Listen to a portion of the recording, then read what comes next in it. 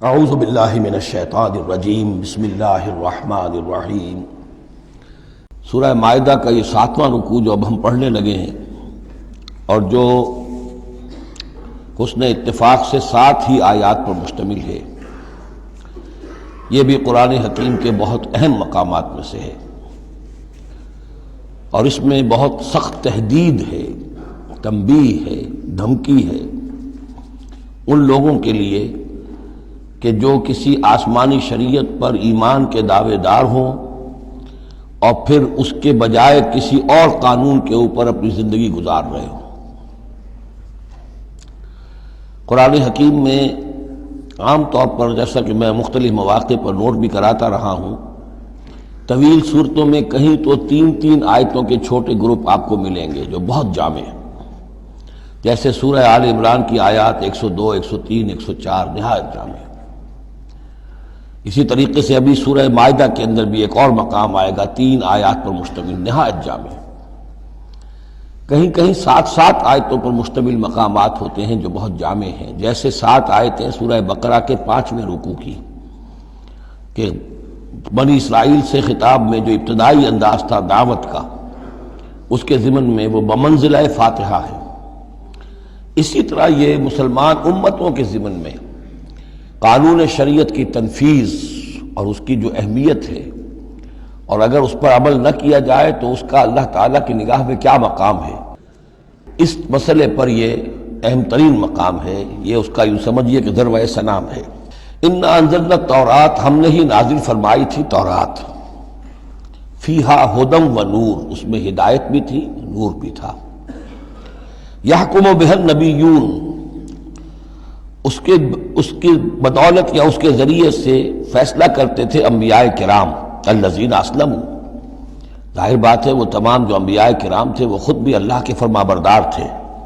للذین ہادو، ان لوگوں کے درمیان کہ جو یہودی ہوئے، یعنی یہودیوں کے لیے یہ شریعت تھی تورات، اور انبیاء کرام جیسا کہ میں نے حدیث آپ کو سنائی ہے، کانت بنی اسرائیل تسوسہم الانبیاء، کہ بنی اسرائیل کی سیاست اور حکومت کا معاملہ جو ہے، انتظام و انصرام انبیاء کے ہاتھ میں ہوتا تھا، تو ظاہر بات ہے وہی فیصلے کرتے تھے۔ یحکم بہا النبیون الذین اسلموا، فیصلے کرتے تھے ان کے ذریعے سے وہ انبیاء کے جو خود اللہ کے فرما بردار تھے یہودیوں کے معاملات میں، اور فیصلے کرتے تھے والربانیون، اور جو ان میں درویش ہوتے تھے، اللہ والے ہوتے تھے، علماء ہوتے تھے، علماء حق،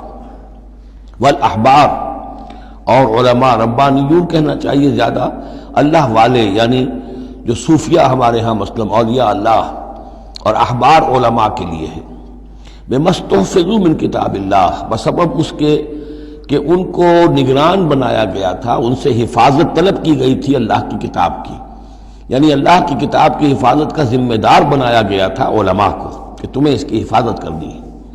وکانوا علیہ شہداء، اور وہ اس پر گواہ تھے۔ فلا تخشوا الناس واخشونی، تو ان سے کہہ دیا گیا تھا کہ تم اللہ سے مت ڈرو، مجھ سے ڈرو، تم لوگوں سے مت ڈرو، مجھ سے ڈرو۔ ولا تشتروا بآیاتی ثمنا قلیلا، اور میری آیات کو حقیر سی قیمتوں پر فروخت نہ کرو، یعنی تورات ہے، اس کا قانون ہے، اس کے مطابق فیصلے کرو، لوگوں کو پسند ہو یا ناپسند ہو، اس سے بالکل تمہارا کوئی سروکار نہیں ہونا چاہیے، تمہیں تو دیکھنا چاہیے کہ حق کیا ہے۔ اب آ رہی ہے وہ کانٹے والی بات، وَمَن لَّمْ يَحْكُم بِمَا أَنزَلَ اللَّهُ فَأُولَٰئِكَ هُمُ الْكَافِرُونَ، اور جو اللہ کی اتاری ہوئی شریعت اور قواعد و ضوابط کے مطابق فیصلے نہیں کرتے وہی تو کافر ہیں۔ بتوں سے تجھ کو امید ہے، خدا سے نا امیدی، مجھے بتا تو صحیح اور کافری کیا ہے۔ وَكَتَبْنَا عَلَيْهِمْ، اور ہم نے لکھ دیا تھا ان کے ذمے، واجب کر دیا تھا ان پر، فیہا، اس کتاب میں، تورات میں، ان نفس بالنفس، کہ جان کے بدلے جان ہوگی، والعین بالعین، آنکھ کے بدلے آنکھ، والانف بالانف، ناک کے بدلے ناک، والاذن بالاذن، کان کے بدلے کان، والسن بالسن، دانت کے بدلے دانت، والجروح قصاص، اسی طریقے سے زخموں کا بدلہ بھی ہوگا برابر کا۔ فمن تصدق به فهو کفارۃ اللہ، پھر جو کوئی اس کو معاف فرما دے تو یہ اس کے گناہوں کا کفارہ بن جائے گا، یعنی کوئی شخص قصاص نہیں لیتا، کسی نے اس کا کان کاٹ دیا، اب وہ جواباً کان کاٹنے کا حقدار ہے، لیکن اگر وہ معاف کر دیتا ہے تو اپنے بہت سے گناہوں کا کفارہ بنا لے گا، یا یہ کہ وہ شخص جس نے جرم کیا تھا جب اسے معاف کر دیا گیا تو پھر اس کے ذمے سے گناہ جو ہے وہ دھل گیا۔ وَمَن لَّمْ يَحْكُم بِمَا أَنزَلَ اللَّهُ فَأُولَٰئِكَ هُمُ الظَّالِمُونَ۔ اب دوسری مرتبہ دہرا کر بات آئی،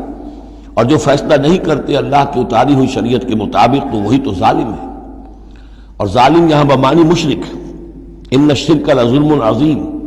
ایک قانون اللہ کا ہے، ایک قانون انسانوں کا ہے، ایک رواج کا ہے، ایک رومن لا ہے، ایک فلاں ہے، ایک پاکستانی قانون ہے۔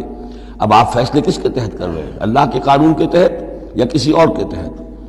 گویا کہ اب آپ نے اللہ کے قانون کے ساتھ ساتھ کسی اور کے قانون کو مان لیا، یہی شرک ہے۔ صدق اللہ العظیم۔